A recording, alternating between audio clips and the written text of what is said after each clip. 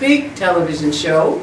We are broadcasting from Yahweh and Yahshua's temple at 725.5 Howard Street in Evanston, Illinois.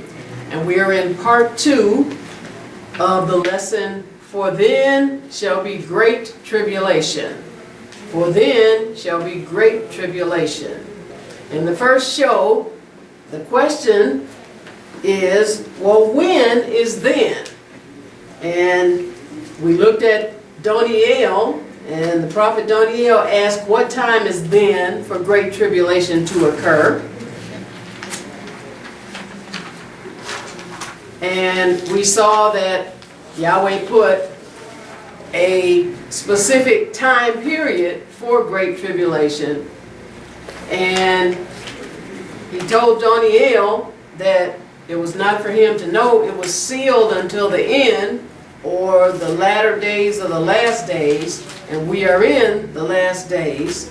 And so Yahweh told us in Daniel and in Revelation that the great tribulation period is time, times, and a half, or time, times, and the dividing of times. And he also said that it's 42 months. So we understand that it is 3.5 years. But the question is, then shall be great tribulation. We also saw in the first show that great tribulation is when Hasatan, the wicked one, through humans called the beast and the false prophet, will take over rulership of the world to try to make the world of one religion. And they're going to do it by force. And Yahweh had showed us that there are Bible signs or prophetic signs that Yahweh has told us will come before great tribulation comes. And we saw clearly that Yahshua's second coming is not one of those signs, or not one of the events that will happen before great tribulation comes, and that nobody is going anywhere before great tribulation comes. And we had spoken about the movie Left Behind and other movies and books like that, and they say that Yahshua's second coming will be secret, and it will be before great tribulation comes. And we looked at the fact that Revelation and Matthew says that every eye shall see Yahshua, that they will see the heaven, the sky roll back like a scroll, and that men will be asking the mountains and rocks to fall on them. So Yahweh showed us that a public event that every eye sees is not a secret. And he also showed us beyond a shadow of a doubt that Yahshua's second coming is after the great tribulation. He even uses the words after the tribulation. You can go to Matthew or Matthew, the 24th chapter, and see that immediately after the tribulation, then it talks about Yahshua coming with clouds and great glory and with signs. So Yahshua, we saw also that after the great tribulation, he will bring an army from heaven at his second coming to fight at the battle of Armageddon. And the Hebrew word that Yahweh showed us is 2 words actually, Har-Magedon. And so that is the word that they put in the New Testament, Armageddon. And Yahshua and his armies after great tribulation, Yahweh showed us that they will touch down in the land of Israel, and then they will go from there to fight the battle at Har-Magedon. So we're going to pick it up in Revelation 19. Revelation 19. Looking at him coming after great tribulation, his second coming, and going to fight the battle of Har-Magedon. Revelation 19.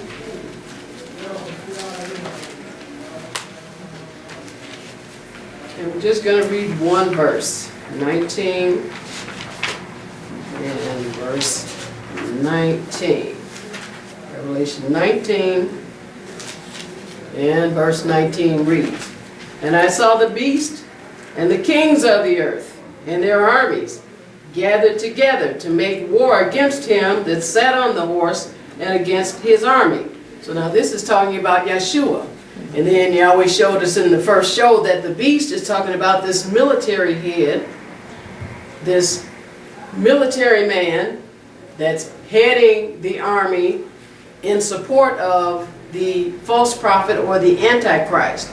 But it says, I saw the beast and Hamelech of Haaret and their armies gathered together to make war against him, that's talking about Yahshua, that sat on the horse. You read up above in Revelation 19 chapter, and you'll see that it's Yahshua.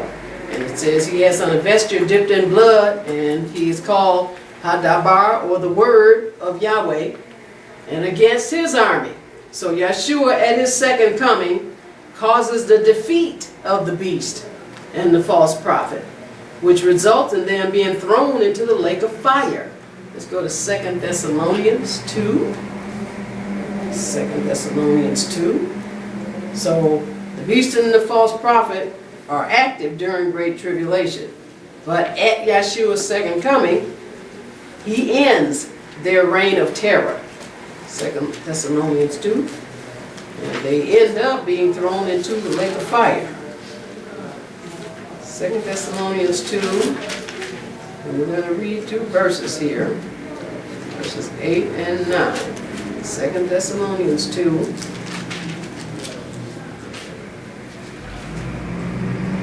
And let's read verse 8 and 9. And it reads, And then shall that wicked be revealed, whom Yahshua shall consume with the spirit of his mouth, and shall destroy with the brightness of his coming. Even him, whose coming is after the working of Satan, with all power and signs and lying wonders. So now this is talking about the false prophet, anti-Mashiach. It says, Then shall that wicked be revealed. And again, Hasatan is the power behind the anti-Messiah, or the false prophet, or the Antichrist. Then shall that wicked be revealed, whom Yahshua shall consume with the ruach of his mouth, and shall destroy with the brightness of his coming. So at Yahshua's coming, that's what causes the defeat of the Antichrist and the beast. It says, verse 2, Even him whose coming is after the working of Satan, with all coac and signs and lying wonders. And we may get to those lying wonders this evening, because Hasatan will give these people that are against Yahweh and his anointed the power to do signs in the sight of people, and the people that don't know will be deceived, and that's how they will start to worship this false prophet. Let's go to Revelation 19 again.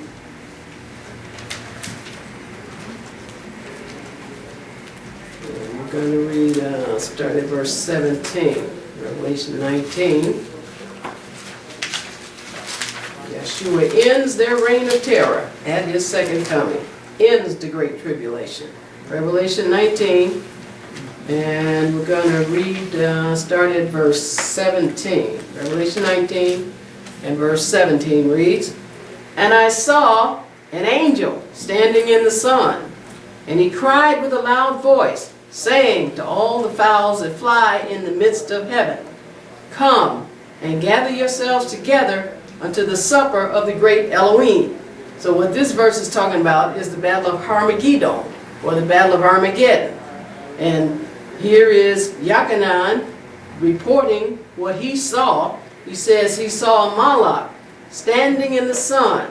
And this Malach cried with a loud voice and said to all the fowls that fly in the midst of Shemayim, Come and gather yourselves together unto the supper of the great Elohim. So what he's talking about is all these people that are going to get killed at the Battle of Armageddon, or World War III. And it talks in Revelation in another place about the blood from these people being killed, It's going to be so much, it's going to reach up to the horse's bridle. So up to the horse's mouth. There's going to be a lot of blood that's going to be shed at the Battle of Armageddon. And again, Yahshua and his army are not going to lift a finger. It said he's going to destroy them with the Ruach, the spirit of his mouth. What has already been said will happen at that time when they come up against Yahshua and against his army from Shemayim and against us, because he gathered, Yahweh showed us in the first show, he gathered some army, some people from the earth, whether they're alive or dead, and they will be part of that army in the first resurrection. And all of those people that come up against us will die. Verse 18. That ye may eat the flesh of kings, and the flesh of captains. You got the top brass here. And the flesh of mighty men, and the flesh of horses, and of them that sit on them, and the flesh of all men, both free and bond, both small and great. So we see, as Yahweh told us in the first show, in Yoel, multitudes, multitudes in the valley of decision. And it said that he would gather them together during tribulation, and they were going to come up to this battle that's taking place at Yahshua's coming after the Great Tribulation.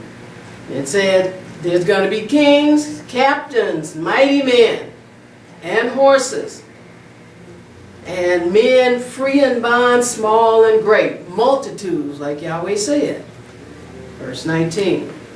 And I saw the beast and the kings of the earth and their armies gathered together to make war against him that sat on the horse and against his army.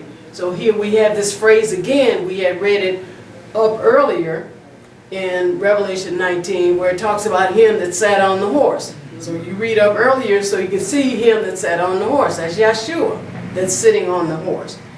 It says, Yachanan saw the beast, he saw it in a vision, and Hamelech of Ha'eret and their armies gathered together to do what? To make war against Yahshua, the Son of Yahweh, at his second coming, that sat on the horse, and against his army, and against those of us that are with him, and the Malachim army that came with him from Shemayim. Verse 20. And the beast was taken, and with him the false prophet, that wrought miracles before him, with which he deceived them that had received the mark of the beast, and them that worshipped his image. These both were cast alive into a lake of fire burning with brimstone. So we see that Yahshua's second coming, he ends their reign of terror. He ends Great Tribulation. They get thrown into the lake of fire. The beast and the false prophet said the beast was taken, that military head. And with him, the false Nabi, the false prophet, that wrought miracles before him, with which he used to deceive them that had received the mark of the beast. They were deceived. They didn't know that this was the false Messiah. And them that shaka his image. These both, and Yahweh's going to show us about that image. Hopefully we'll get to it today. That image is called the abomination that makes desolation. And that's one of the signs to watch for, to know that Great Tribulation is approaching. Said, they received the mark of the beast, and them that shaka his image, these both, the beast and the false prophet, were cast kaya, alive, into a lake of fire burning with brimstone. Let's go to Revelation 20. So at Yahshua's second coming, he causes Satan to be thrown into the bottomless pit for 1,000 years. This is at his second coming. Satan was loose during Great Tribulation because he's the one that will be behind all the havoc that's being perpetrated against Yahweh's people. Revelation 20, and we're going to start at verse 1. Revelation 20 and verse 1 reads, And I saw an angel come down from heaven, having the key of the bottomless pit and a great chain in his hand. So here we are being told about what's going to happen to Hasatan. In the previous verses, we saw that the 2 humans that he was using were thrown into the lake of fire. It says, I saw a Malach come down from Shemaiah, and he had the key. There's a key to the bottomless pit. And he had a great chain in his hand. What's he going to do with the chain? Verse 2. And he laid hold on the dragon, that old serpent, which is the devil, and Satan, and bound him 1,000 years. So sometimes people get confused when they read about the account in the Garden of Eden, and they think that Hasatan was a snake. No, he's just got a snaky personality. He's just a snaky, low-down person.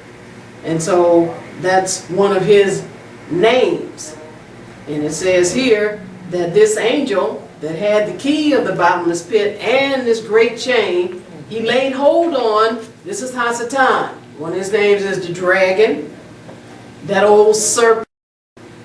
And then it explains, it's not talking about a literal snake, it's talking about a spiritual snake, the biggest spiritual snake that ever existed, which is the devil and Satan. And he bound him with this chain and locked him up in this bottomless pit with the key for 1,000 years. Why? He's going to be taken out of the way. He will not be able to deceive anybody during that 1,000-year reign when Yahshua will set up his headquarters in Jerusalem. There will be 1,000 years of peace. There will be no distractions on this earth. Verse 3.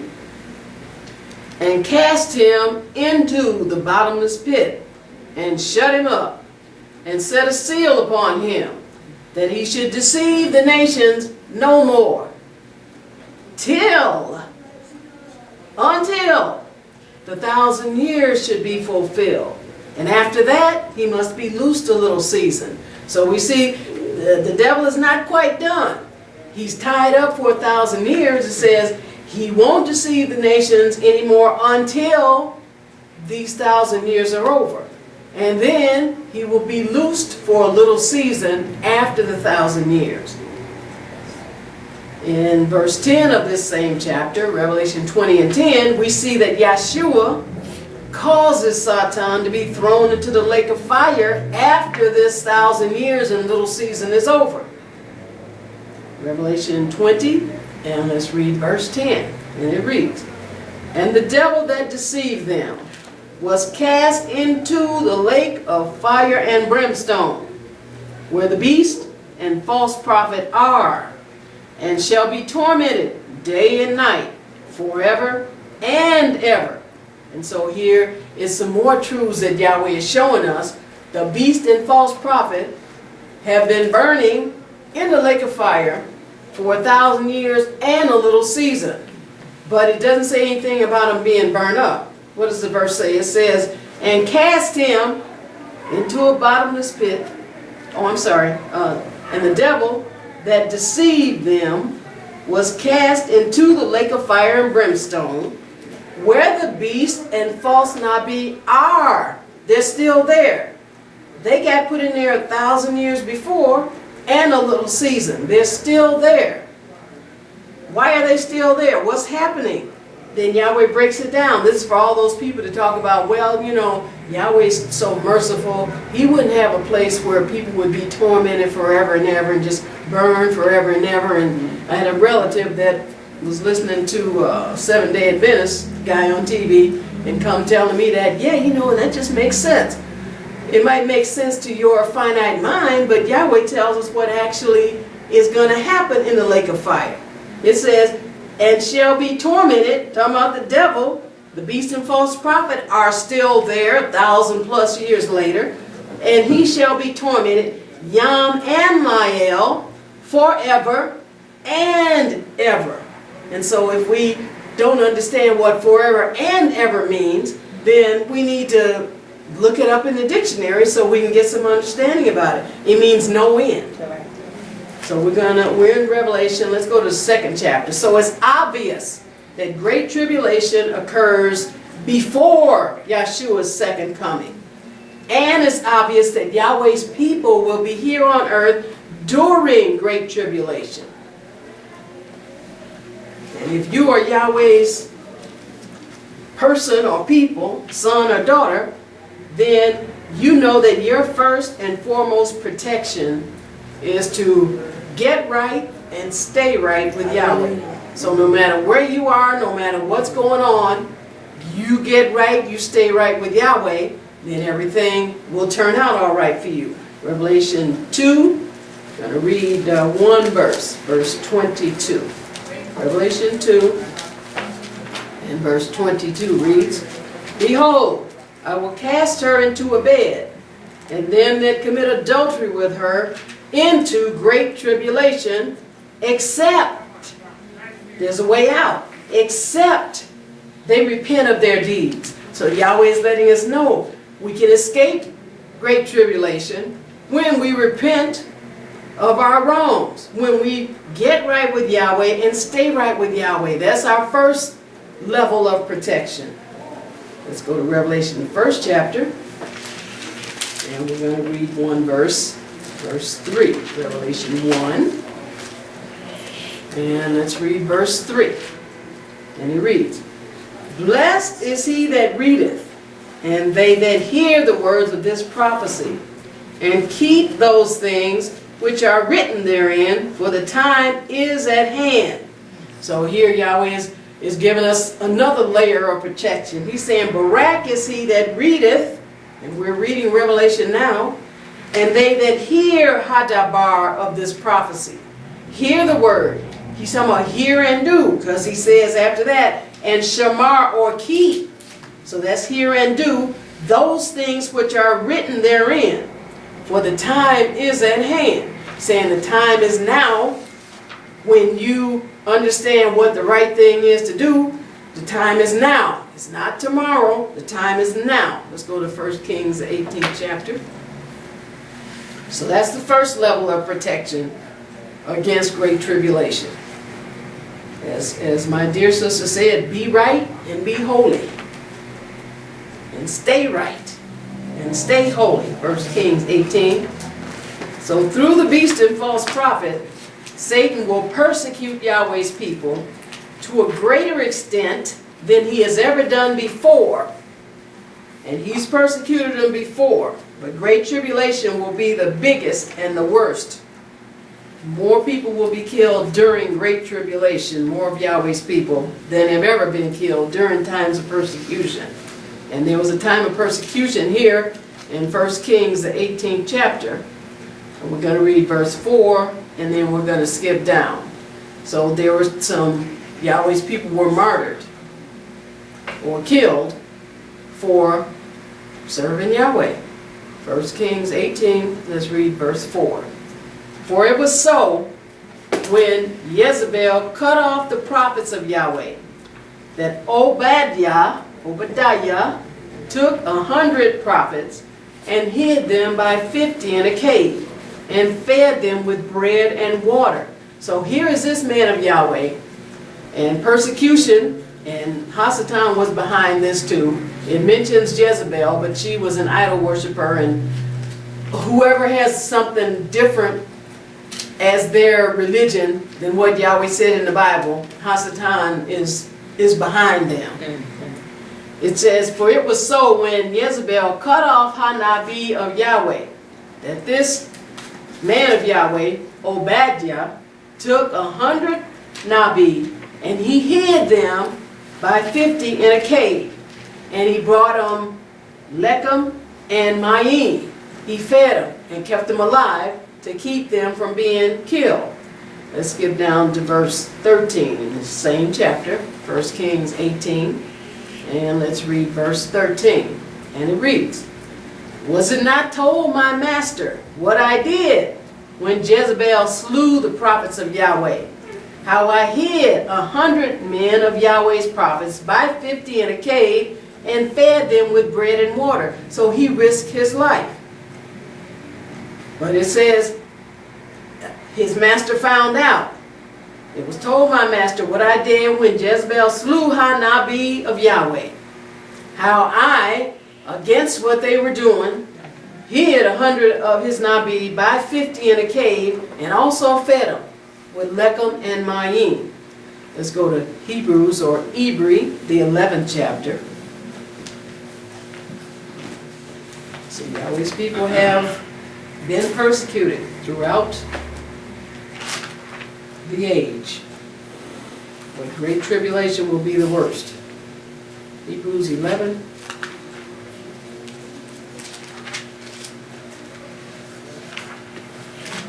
And we're going to start at verse 35. Hebrews 11. And verse 35 reads, women received their dead, raised to life again, and others were tortured, not accepting deliverance, that they might obtain a better resurrection. So here we're looking at martyrs. We're talking about people that were killed because they refused to give up their religion for the world's religion. They refused to deny their belief in Yahweh. It says, women received their muth, raised to Kai again. They were killed for serving Yahweh, and then they saw them being raised to life again by a miracle. It says, others were tortured, not accepting deliverance, that they might obtain a better resurrection. And what Yahweh let us know is that if we get in that situation, but we don't have to be in that situation, Yahweh has provided a way of escape from the Great Tribulation. But He has also let us know these people that we're reading about that were martyred for their belief are what are called sure shots for the kingdom. They will be in the kingdom of Yahweh because they resisted, as it says in Ibryi in another chapter, they resisted unto blood. And they let their blood be shed rather than back down on their conviction, their commitment to Yahweh. Verse 36. And others had trial of cruel mockings and scourgings, yea, moreover of bonds and imprisonment. So they went through a lot. Verse 37. They were stoned. They were sawn asunder or cut in half. They were tempted, were slain with the sword. They wandered about in sheepskins and goatskins, being destitute, afflicted, tormented. What does Yahweh say about them? Verse 38. Of whom the world was not worthy. They wandered in deserts and in mountains and in dens and caves of the earth. Or ha'eret. The world was not worthy, but the world, Hasatan used them to persecute them, to try to beat them down, to give up their faith. Let's go to Acts the 8th chapter. But that was a light thing compared to what great tribulation. That's why Yahweh doesn't just call it tribulation, He calls it great tribulation. Acts the 8th chapter, and we saw in the first show that He calls it the time of Yaakov or Jacob's trouble, his people's trouble. Because it's specifically aimed at them. There will be a lot of other people deceived, but it's specifically aimed at shaking Yahweh's people to their core. So now is the time for us to become stable, to become more established, more steadfast, to put that word in, put that word in, put that word in. And not only put it in, but stand on it. Don't let it go. Acts the 8th chapter, and we're going to start at verse 1. We're looking at another time when Yahweh's people were persecuted. Acts 8 and verse 1 reads, And Shaul was consenting unto his death. And at that time there was a great persecution against the church, or Yahweh's people, which was at Jerusalem. And they were all scattered abroad throughout the regions of Judea and Samaria, except the apostles. So we're looking at another time of persecution. And this guy Shaul, who later converted and he became a believer. And then he ended up being martyred. It says, this guy Shaul was consenting unto his move. And this is talking about a man of Yahweh called Stephen. And at that time there was a great persecution against Yahweh's people who were at Jerusalem. And it said they were scattered abroad. They ran away from to escape the persecution. Like Obadiah took those prophets and hid them in a cave to escape the persecution. Throughout the regions of Judea and Samaria, except the apostles. Verse 2. And devout men carried Stephen to his burial. And this is the man of Yahweh that was martyred. Another one. And made great lamentation over him. So there are people that think this guy was the first martyr. But he wasn't. We just read over in 1 Kings where Jezebel was killing Yahweh's people. So that just goes to show when you put both testaments together, then you can get the whole picture. This is not the first martyr, but he was martyred for his belief. Verse 3, as for Shaul, he made havoc of Yahweh's people, of the church, entering into every house and hailing men and women and committed them to prison. So this guy Shaul was wrecking Yahweh's people. He was going after them. He entered into every bayit and he pulled out men and women and put them in prison. Let's go to Acts the 12th chapter.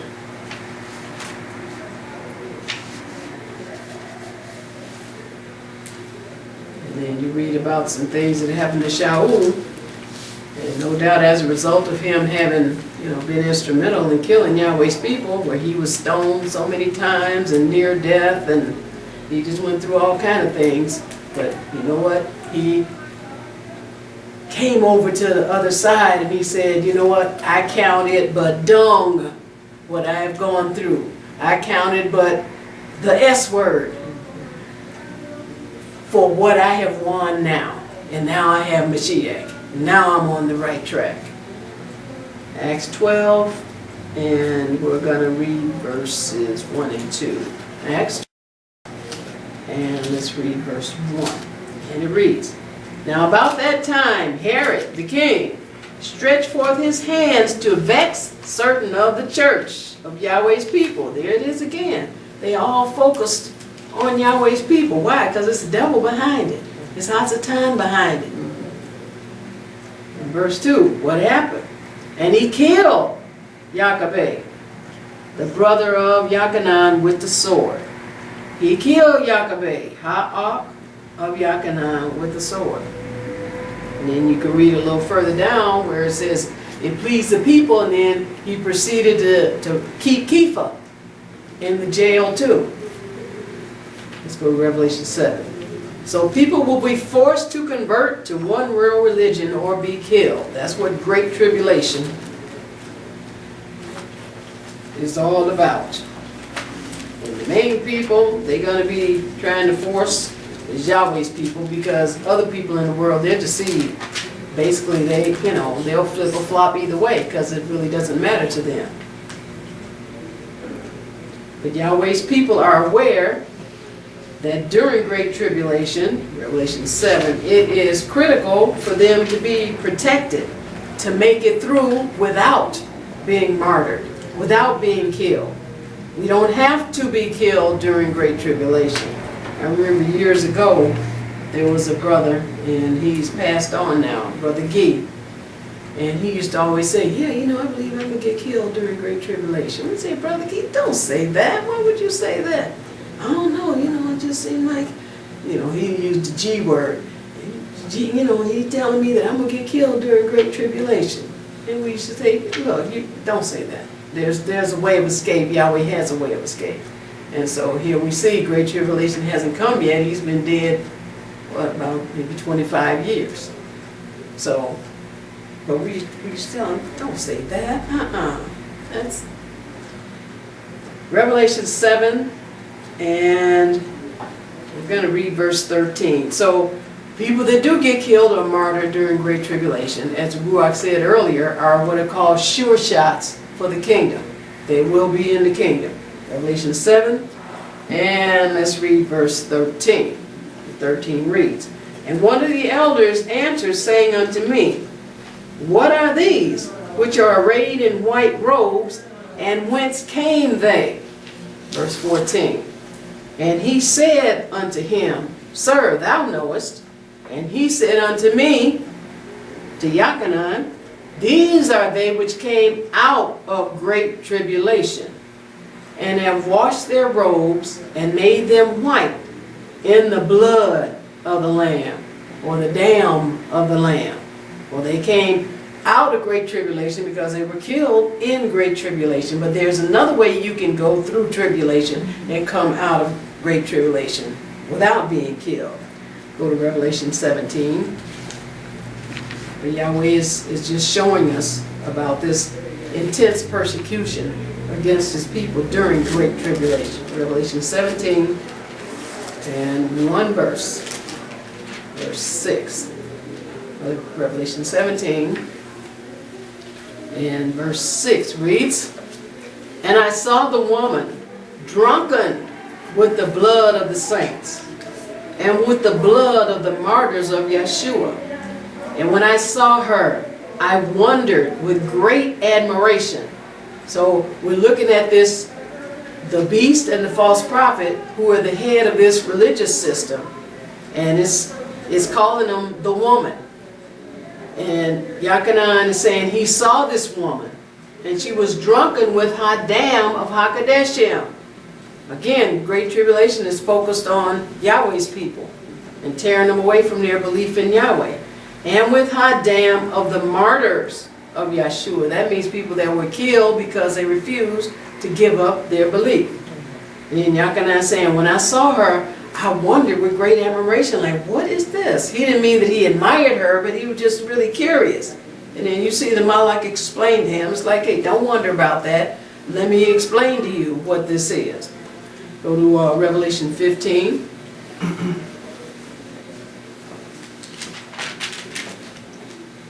Revelation 15. And we're going to read one verse, verse 2. Revelation 15 and verse 2 reads, "And I saw as it were a sea of glass mingled with fire, and them that had gotten the victory over the beast, and over his image, and over his mark, and over the number of his name, stand on the sea of glass, having the harps of Elohim." So we're looking again at martyrs, and we're looking at people that went through great tribulation, and it says they got the victory, talking about Yahweh's people, over the beast. And you notice the beast has an image, he's got a mark, and he's got a number of his name. And I remember when Obama became president, and throughout the years different people do it, and they try to jump and say, oh, okay, well, that's the Antichrist, or that's the end of time, and they just have all these theories, and then they jump out there and then they say, okay, well, this happened, so then that means this and this and this. No, that just means that there are some things happening that people didn't expect to happen, and they have happened. Just because you have a black president doesn't mean that the sky is going to fall in now. Like Chicken Little, the sky is falling, the sky is falling. Revelation 20, and we're just going to read one verse, verse 4. It's talking about the martyrs that were persecuted and went through great tribulation. Revelation 20, sure shots for the kingdom. And verse 4 reads, "And I saw thrones, and they sat upon them, and judgment was given unto them. And I saw the souls of them that were beheaded for the witness of Yahshua, and for the word of Elohim, and which had not worshipped the beast, neither his image, neither had received his mark upon their foreheads or in their hands. And they lived and reigned with Mashiach 1,000 years." So we see again, we just saw in the other verse how the beast has an image and a mark and a number. Well, here, this is looking at Yahweh's people, and it says they were beheaded for the witness, for not giving up their conviction, and for believing in the Dabar of Elohim. And it says, and they did not shakah, or worship the beast, neither his image. So the beast wants to be worshipped as well as the false prophet during Great Tribulation. So they didn't worship the beast, they didn't worship his image, they didn't receive his mark upon their foreheads or in their hands. So this is deeper than just, some people say, okay, well, it's a computer chip and, you know, you put it under your skin. Right. It could be that, but it's something else too. It's dealing on a spiritual level. I had used the example when we were reading those scriptures about Yahshua and how out of his mouth comes a sharp two-edged sword. When I first came into the truth and I was new to it, when I would think about that, I would see Yahshua's mouth and I would see a physical sword coming out of his mouth. But as time went on and as Yahweh showed me, this is talking spiritually, and it talks about the word being a sharp two-edged sword. Then Yahweh opened up my understanding to where I could understand. So having received the beast's mark in their foreheads is some kind of way of thought that's different from the way Yahweh says to think. And it's a way of worshiping, and it's a way of living life different than what Yahweh said. And one of the big ones is worshiping on the first day of the week instead of worshiping on the Shabbat day, because that started during some high-level persecution when the Romans, they have control now, but they really had control then, and Constantine was the emperor, and he started forcing Yahweh's people who are worshiping on the Shabbat to convert to worshiping on Sunday. And as Yahweh shows us, when persecution comes, Yahweh's people do different things. They scatter, some get martyred, some go to a place to where they're safe, and then some, you know, convert and change. And then some go underground. And so the people that went underground, they didn't give up the Shabbat. But there were some that started worshiping on Sunday. But that's a mark in their forehead, the way they're thinking. Because Yahweh said the seventh day is the day that he set aside to worship. And then it's talking about in their hands. And then we see in another place in Scripture where Yahshua tells some people, get away from me, I never knew you. And they said, hey, we did this in your name and that in your name. In other words, they did some things with their hands, some deeds, some work. But he said, get away from me, I never knew you. So if we're not doing something for Yahweh, the only other choice is we're doing it for Hasatan, for the wicked one. All right, so that mark in your forehead and in your hand, the people that refuse to do it, it says they lived and reigned with Mashiach for 1,000 years. Let's go to Daniel, or Daniel, the 11th chapter. Just looking at this high-level persecution during Great Tribulation, Daniel 11. And again, we're going back to the Old Testament because everything in the Old Testament has not been fulfilled. This is future. This is something that will occur. It has not occurred yet. Great Tribulation has not occurred yet. And this is talking about the persecution of Yahweh's people during Great Tribulation. And yes, they will be here on the earth. They're not going anywhere before Great Tribulation because Yahshua doesn't come back till after. And that's what Yahweh said in his word, and Yahweh always tells the truth. Daniel 11, and we're going to start at verse 32. Daniel 11, and let's read verse 32. And it reads, and such as do wickedly against the covenant, talking about Yahweh's covenant, shall he corrupt by flatteries. But the people that do know their Elohim shall be strong and do exploits. So what is he talking about? He's talking about people that are straddle the fence, or people that are totally against Yahweh, and they have this other mark in their forehead. They just figure, okay, and I've heard some people say, well, you know, the majority couldn't be wrong.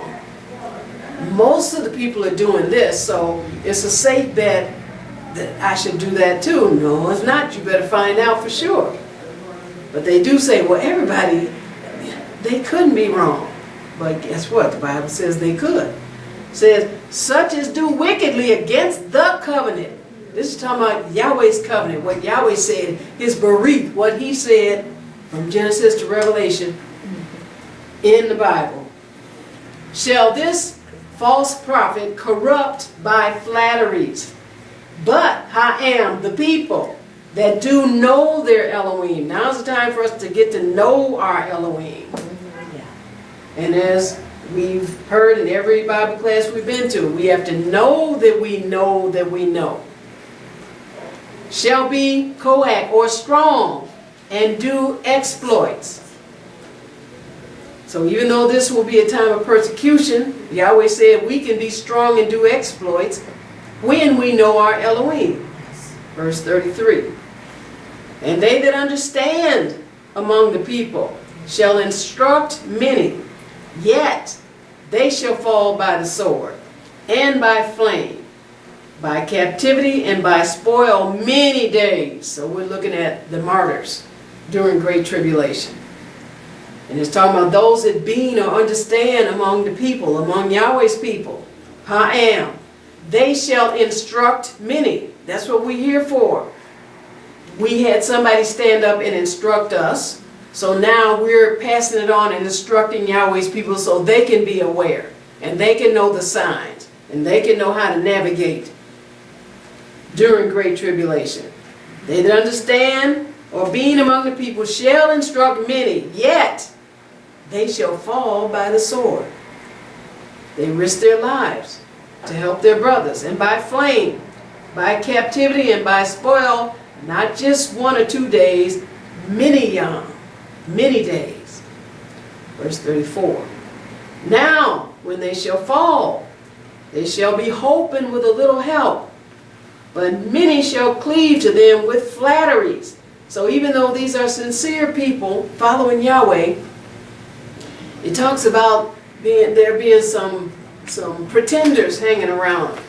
It says, when they shall fall, when they are martyred, when they give up their lives, they shall be helped with a little help.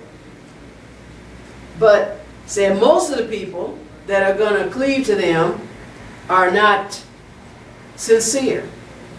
They're in it for the wrong motive. Verse 35. And some of them of understanding shall fall, to try them, and to purge, and to make them white, even until the time of the end, because it is yet for a time appointed. So we used to sing a song at the first Bible class that we went to, and we would sing it after every, at the end of every, well, we would sing the songs before we would have the lesson, and we would sing the song, my mind is made up. I'm on my way up. I'm going to hold my head up, going on with, and then they would say the L word, but going on with Yahweh. And we would always sing that song. And then we would sing another song, to be ready when he comes. Be watching when he comes. Be reading when he comes. And so it would always be on our mind each Shabbat. So he's saying those of being or understanding shall fall. They will be martyred. Why are they martyred? To try those to see whether or not the root is in you. When you see the others fall, are you going to back off? So we need to make up our mind now, get it straight now. Again, Yahweh's going to show us we don't have to be martyred during Great Tribulation. We don't have to be. But now, as the saying goes, a hard head makes a soft, you know what? If we don't look at what Yahweh's telling us and listen and get right and stay right, then we can get caught up. It's possible. And then like the brother used to say, I believe I'm going to get killed during Great Tribulation. It wasn't true about him, but why would you go that way when you don't have to? when Yahweh has provided another way. The people that understand and instruct shall fall, some of them, to try those and to purge and make these other people white, make them snap to when they should have been doing it before. It says, even to the time of the end, because it is yet for a time appointed. Let's go to Revelation 11. So Yahweh will have two witnesses, and they will be known worldwide, publicly. And they will be preaching the word. They'll be on television, they'll be on radio. You know how you see now on television, something happens, and what do they call it on the internet, it goes viral. These two witnesses will go viral. And whatever they say and whatever they do, because Yahweh has appointed them to come during Great Tribulation, these 3.5 years, and they're going to publicly stand up and declare the word of Yahweh. But after their public preaching is done, they will also be martyred. Revelation 11. And we're going to start at verse 3. Revelation 11. And let's read verse 3. And it reads, and I will give power unto my two witnesses, and they shall prophesy 1,260 days, clothed in sackcloth. Now here's another way that Yahweh describes Great Tribulation. Not only time, times, and a half a time, times, and dividing of time, 42 months, but he says 1,260 days. That's 1,260 days. That's the same period of time, 3.5 years. He said, I will give my shell unto my two witnesses. And we've had all kind of people throughout the years theorize and stand up and claim to be one of the witnesses, and we won't know who those witnesses are until they stand up during Great Tribulation publicly, and it's known worldwide, and they're standing up and they're talking against the beast and against the false prophet. And we've had some people, I'm thinking about two of them now, they claim to be one of the witnesses, and they're pushing up daisies now. So witnesses won't be dead and raised from the dead. No, they will be alive. He said they will prophesy or speak my words for 1,260 days during the Great Tribulation, 3.5 years. Verse 4. These are the two olive trees and the two candlesticks standing before the Elohim of the earth. Now Hasatan is the Elohim of the earth, and they're standing in front of him and publicly saying what Yahweh says, publicly disagreeing with the beast and the false prophet, pushing to force everybody to have one world religion. Verse 5. And if any man will hurt them, fire proceeded out of their mouth, and devoureth their enemies. And if any man will hurt them, he must in this manner be killed. So they got some kind of protection. And again, we'd have to look this up. I don't think it means like fire breathing. I think it has to do with the power that we have in our words, to where there's things that we can say to cause people, our words, to come to pass. Yahweh says we call things that be not as though they were. So we have to search this out. But again, in our natural mind, we get a picture of fire coming out of these two men's mouths. But it's deeper than that. Verse 6.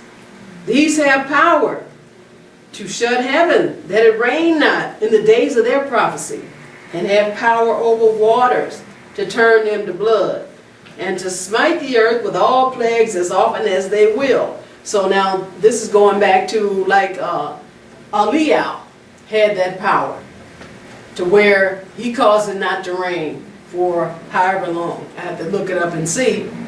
But and it's talking about to smite the earth with plagues as often as they will. So we saw some of that when Moshe was coming against, Yahweh used him to come against Pharaoh. And he refused to let the children of Israel go, and he started doing those plagues and different things. So Yahweh is saying, in the future, during Great Tribulation, I'm going to have my 2 witnesses, and they're going to be doing some things like these, bringing back what was already done. Like the saying says, there's nothing new under the sun. They're just going to go back and do some of the same things that have already been done. Verse 7. And when they shall have finished their testimony, the beast that ascends out of the bottomless pit shall make war against them, and shall overcome them and kill them. So they will be martyred. Verse 8. And their dead bodies shall lie in the street of the great city, which spiritually is called Sodom and Egypt, where also our master was crucified. So we know that's talking about Jerusalem. Saying their moved bodies, moved Gibeah, shall lie in the street of the great city. These 2 men publicly standing up and just saying what Yahweh said, vexed people so much.